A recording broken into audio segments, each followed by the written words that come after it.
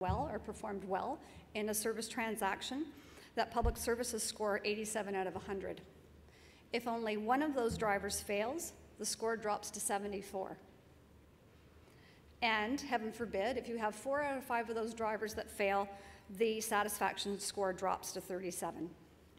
So as I mentioned, timeliness continues to be the #1 thing that we need to focus on in terms of delivering services to citizens, and that the telephone channel, even though citizens are telling us that they want to be able to do more services online, the telephone continues to be a channel of choice for many citizens, but it continues to be the one that frustrates them the most.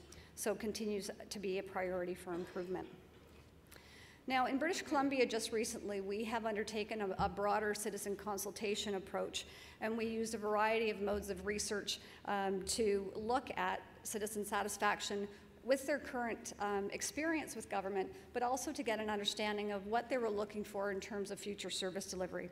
So we did quantitative surveys based on the Citizens First methodology. We did exit interviews in a number of our different service locations, not just Service BC locations, but we also went to income assistance offices, court registries, natural resource offices. We held focus groups around the province, and we had an online blog with both our citizens and with our frontline service workers, so we could find out from them what were the things that they wanted us to focus on in terms of improvement. There's been lots of discussion today, both in the plenary session and in the workshop that I attended earlier today, around whether or not, with the move toward a more sort of broad citizen engagement approach, whether or not it's still, surveys still make sense in terms of a way to capture what citizens are looking for. And from my perspective, I think that we need to have both. We need to have that quantitative evidence to be able to provide to senior decision makers, but we also need to have those stories. One of the things that we're often told when we're coming in to talk to our cabinet or treasury board is that it's great to have the evidence, but they want to know how it's going to impact Fred and Mary. So Fred and Mary is your typical British Columbians, and the politicians want to know if we're looking at changing the way we deliver a service. They want to know that we have the evidence to back it up, but they also want to have a really clear idea of what the impact is going to be on Fred and Mary. So regardless of these different modes of research that we undertook, one of the things that was very interesting is the drivers of satisfaction continue to be validated across all of those different ways that we sought input from citizens. The other thing that's been really important is that the research that we've done has supported the growth and persistence of single window service delivery. But you have to do it the right way. So one of the things that we have learned is that you really need to focus on delivering the right services together. So bundling up those services that make sense and the types of services as well. It's also very important that you use the right channel for the right service. And we refer to that as our service delivery framework and have different tiers of service. And similar to, I think, the approach that DHS has taken in terms of service delivery. So for those sorts of transactions that are fairly straightforward, codified transactions lend themselves well to self-service. Those are the services that we need to be pushing online because citizens want to be able to access those online, and it will take those services out of the system. Also, the use of telephone contact centers is another area that those services can be routed to. In our Tier 2 services, we talk about those assisted transactions. And so that may be transactions where citizens are looking for a little bit more help to find out what they need to do. But it's also in those instances where we're requiring citizens to come into our offices to present identifications so that they can be authenticated in order to receive certain services. And then at Tier 3 are those very complex services that require perhaps a more case management approach, or certainly a subject matter expert that has an ability to adjudicate a citizen's eligibility for a program. So ensuring that we do that service mapping to ensure that we have the right services being delivered through the right service channel.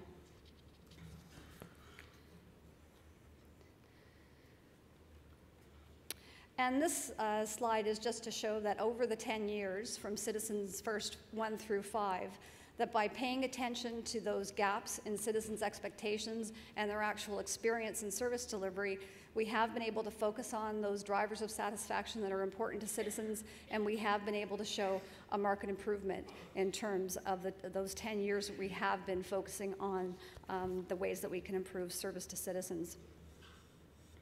I'm going to spend a few minutes talking about the service delivery community in Canada, because one of the things that I think that is quite unique is the way that we have structured our community of interest, if you will, in a number of different ways. So after the Deputy Minister's Task Force in 1996, there was a coming together of a number of like-minded individuals in the service delivery area. So those were senior leaders in government from federal, provincial, territorial organizations that were either responsible for the delivery of services or responsible for policy around service delivery. So it started in 1997 as more of an informal network, and in the year 2000 actually formed the Public Sector Service Delivery Council. And was mentioned, I'm one of the representatives from the province of British Columbia on this council, and we have representatives from a number of different federal departments, every province and territory, and we have representation from the municipal sector as well. About the same time, the CIOs, the Chief Information Officers, from across the country, we're grappling with similar issues around information management and information technology, and we're looking for a forum to come together and work on these sticky problems that they were all dealing with. And so the Public Sector CIO Council was formed. And as we had these separate meetings a couple of times a year, and got together over dinners and lunches and that sort of thing, it occurred to us there were a number of areas that would benefit from a conversation between those two organizations. And so now at our twice yearly meetings, we have a half-a-day agenda focused on our joint council. And those joint council meetings focus on items that span the service delivery and the IT sector. So the primary item that's been on the agenda for a number of years has been around identity management and how we look at developing a framework for identity management in Canada that will support the secure delivery of services online. One of the things that in our discussions at the joint councils was the fact that there was a lot of work that needed to be done.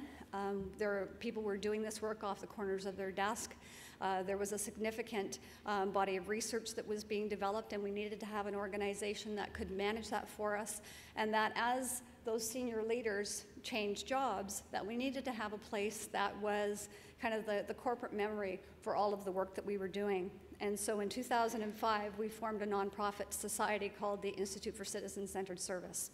And that provides that kind of neutral organization that supports all of the work that we do. The other thing that became clear to us is that as we were dealing sort of jurisdiction by jurisdiction on these sticky issues, that sometimes it was required to elevate the conversation to a higher level. So in 2006, we formed a formal federal, provincial, territorial deputy ministers table on service collaboration. So again, these are the deputy ministers from all of the service delivery organizations in every jurisdiction, and it's currently co-chaired at the federal level by the CEO of Service Canada, and at the provincial level by the CEO of Service Ontario. And then last year, there was an interest by our cabinet secretaries to find out what those service delivery people were doing, because they were hearing noise about what was going on in the system, and so invited the co-chairs of the deputies table to come and make a presentation to the cabinet secretaries, because they were interested in what was going on, and they were also interested to know if there was an opportunity for them to take some leadership at the highest level of the public service in terms of driving the priorities. So right now, the priorities that are on our table, again, continue to be identity management and how that system works across Canada. We're looking at the improvement of life event services. So we've done a pretty good job of kind of bundling up the services that people need when they have a baby that's born, or they lose their wallet, or there's a death in the family. But we really want to elevate that to a point where if someone dies in British Columbia, and the British Columbia Vital Statistics Agency can send that information electronically to Service Canada, then that should be sufficient in terms of Service Canada trusting that information is valid. So that should negate the requirement for an individual having to go into Service Canada or any other office to present physical death certificates in order to access services. So that's the sort of thing that requires a higher level of discussion and support to make those things happen. The other area for focus for us is on improving the enablers of business services. So again, looking at how we improve the economy in Canada, what are the things that we can be doing across jurisdictions that make it easier for businesses to do business. And one of the key points that we're looking at there is the adoption of a single business number for business across all jurisdictions in Canada that would serve as that unique identifier to underpin the delivery of electronic services. So the key message here is that except for the Institute for Citizen-Centered Service, which is mandated and has a board and receives their direction from the board, the participation in all of these other areas is voluntary. So people participate because they want to be there. They participate because they get value in terms of those interactions.